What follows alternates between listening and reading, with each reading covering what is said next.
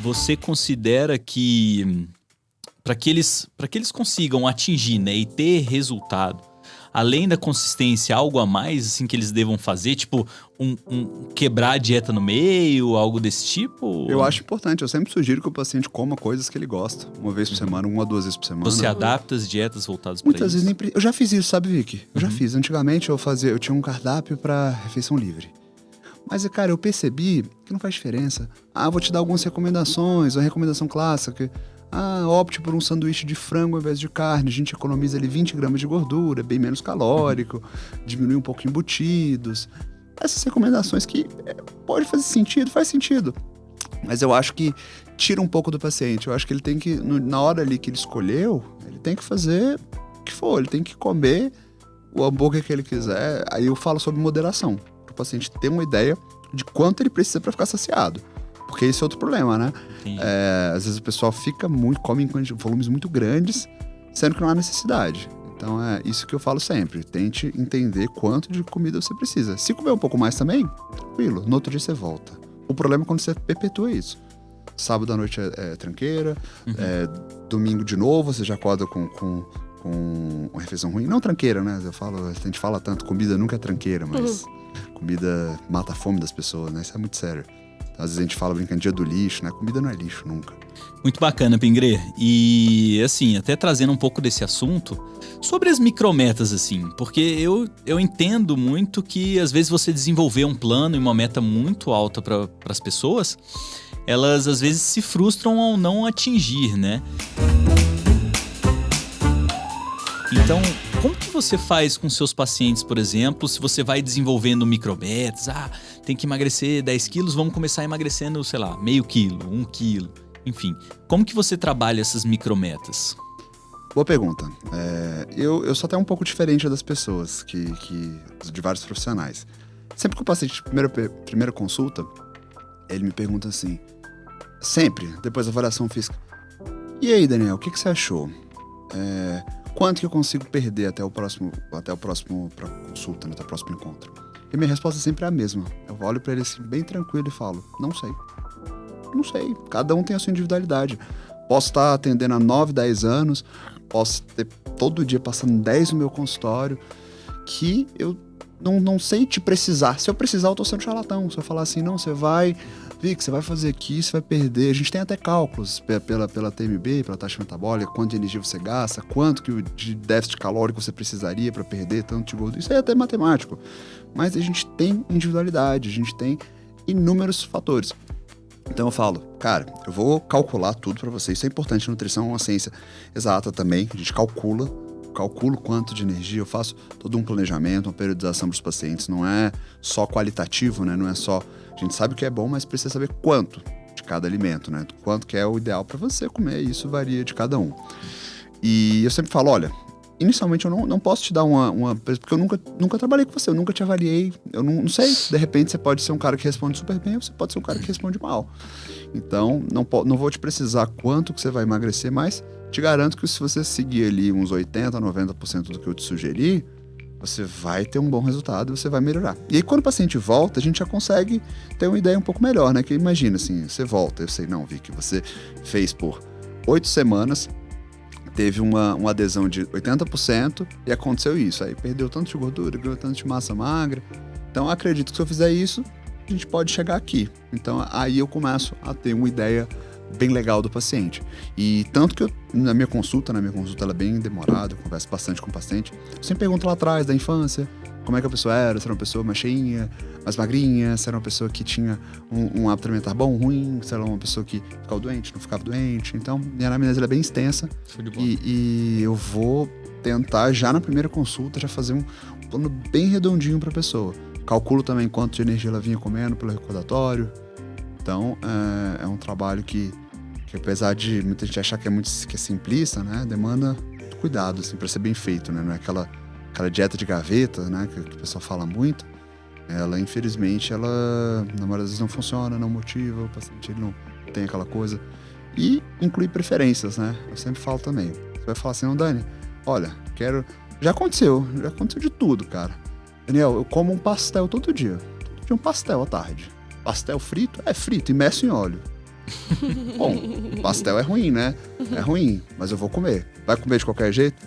Vou comer de qualquer jeito. Beleza. Eu calculo pra você. Eu calculo esse pastel na dieta dele. Eu coloco lá, pastel. O paciente, um outro, imagina, chega pro nutricionista e mostra lá meu plano. Pastel. Pastel, pô. Ele come pastel? Vou fazer o quê? É isso aí. Fazer o quê? Você se adapta à realidade do cliente. Se é pastel, é. Mas não tem como ser diferente. Não, assado não, pô, tem que ser frito. Beleza, frito, vamos comer. Aí explico pra ele os problemas, né? Mas, enfim. Isso acontece direto, assim, tem preferências aí de... Mais clássico é o chocolate, né? Chocolate é super de boa de incluir. Incluo pra muitos pacientes, na quantidade adequada, não faz mal.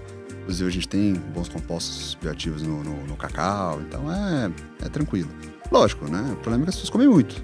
Não comem o sugerido, né? Comem chocolate. Aí dá errado. Eu tenho, em relação, assim, à questão de meta, preocupação... Eu tô falando isso dentro de uma esfera como um todo. Eu trabalho com a parte de seguro, de blindagem de risco, de busca pela preocupação pessoa física. Mas o que eu sinto muito dentro do trabalho com o público, que as pessoas esquecem de se cuidar. E as pessoas esquecem de olhar para si e falar assim, poxa, o que eu preciso fazer para ter uma gestão financeira, ou ter uma qualidade de vida, ou conseguir, de fato, cuidar de si para conseguir atuar e ter sucesso. Porque, vamos lá, eu, Fernanda, eu tô falando por mim, assim, aí eu já falo bem por mim mesmo. Sou muito focada no trabalho. Eu trabalho fazendo consultoria com pessoas para auxiliar na parte financeira. Mas eu não me cuido. Eu não me cuido para poder, assim, o que eu digo, né? Eu trabalho, não durmo bem. Eu tô sentindo que eu tô recebendo uma consulta aqui. Eu não durmo bem, eu não me alimento bem. Só que eu trabalho muito. Então eu foco no meu objetivo de vida. E muitas pessoas fazem isso, foco no objetivo de vida, foco no crescimento pessoal. Mas o que vai adiantar se você não se cuidar? Você é uma máquina. Se você quebra essa máquina porque você não come bem, porque você não dorme, como é que você vai ter um objetivo de crescimento? Então, como é que a sua visão em relação a isso? Faz sentido? Faz sentido. E geralmente as pessoas elas começam a colocar medicações, né, nesse meio, nessa vida. Pessoas com seu perfil, são pessoas que no médio prazo elas vão precisar de um remedinho para dormir, remedinho para pressão, remedinho para disposição, energético para trabalhar, né?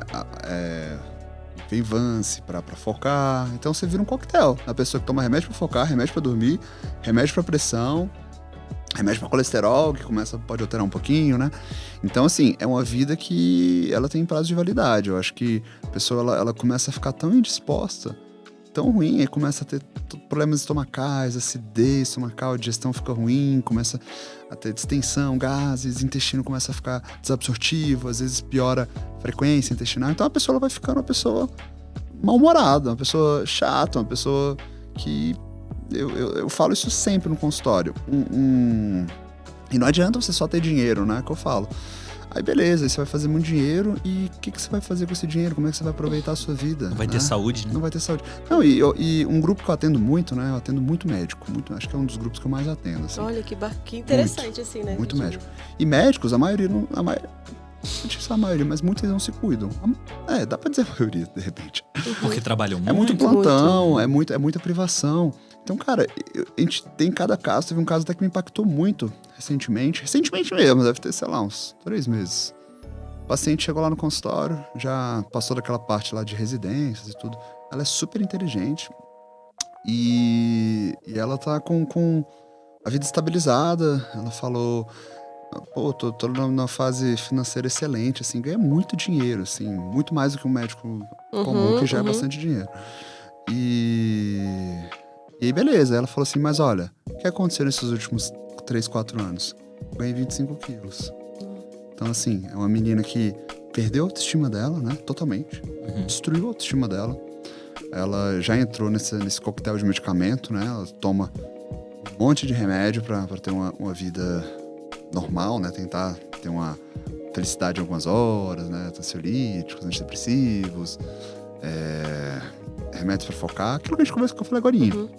Então ela fala... super bem sucedida financeiramente. E ela falou desse jeito, Daniel, se eu soubesse que ia estar assim, eu preferia ganhar metade do que eu ganho hoje e tá me sentindo bem com o meu corpo, fazer atividade física, ela é disposta. E ela fala, hoje eu só tenho dinheiro. E aí, vou fazer o que com o meu dinheiro? Mas dá pra ser bem sucedido e Dá. cuidar do seu corpo. Dá E pra fazer os dois. Tem muita gente assim. Dá pra ter os Não, dois. tem muita gente assim, muita gente assim. Tem várias pessoas que acompanham, que fazem... Pessoas assim que você... Caraca. Pessoas que fazem tanta coisa e ainda tem tempo de fazer atividade física. É tudo organização. Por isso que sempre quando a pessoa fala que ela não tem tempo, eu sempre falo, será que você não tem tempo? Aí a gente mais cedo, eu até falei isso, né? Eu falei, não tô sem... Eu falei, não é sem tempo, né? Sem foco, sem direcionamento. Foco. Isso pra mim é alta performance, tá? Isso pra mim é... Viver em alta performance é isso. Hoje, eu consigo viver em alta performance. Eu descobri como funciona pra mim. Aí eu tenho uma rotina puxada, acordo cedo, acordo 5 da manhã, 5h10. E é um horário que eu consigo render muito, eu trabalho bastante nesse horário. E aí vou pros atendimentos, eu consigo achar um horário pra treinar, eu treino sempre ou no horário do almoço ou no fim do dia. Odeio treinar no fim do dia, mas vou arrastado. Acho horrível, mas não deixo de ir. Porque é importante, se eu não treino, se eu fico 2, 3 dias sem fazer atividade física, eu sinto uma piora, assim, de humor absurda. Eu já fico cansado, indisposto. E eu tenho que estar bem. Como é que eu vou... Trabalho com gente, como é que eu vou chegar mal-humorado? Como é que eu vou chegar, né? Então, mas durmo cedo também.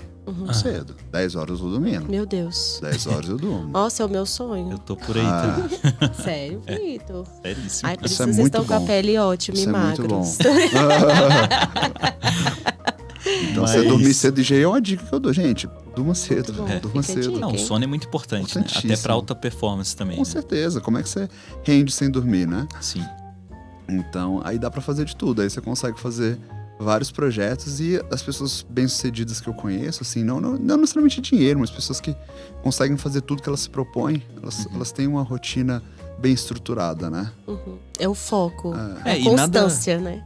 Nada como ter um processo, né? Porque quando você tem... Que aí que eu quero dizer com processo, né? É você ter uma agenda mesmo, né?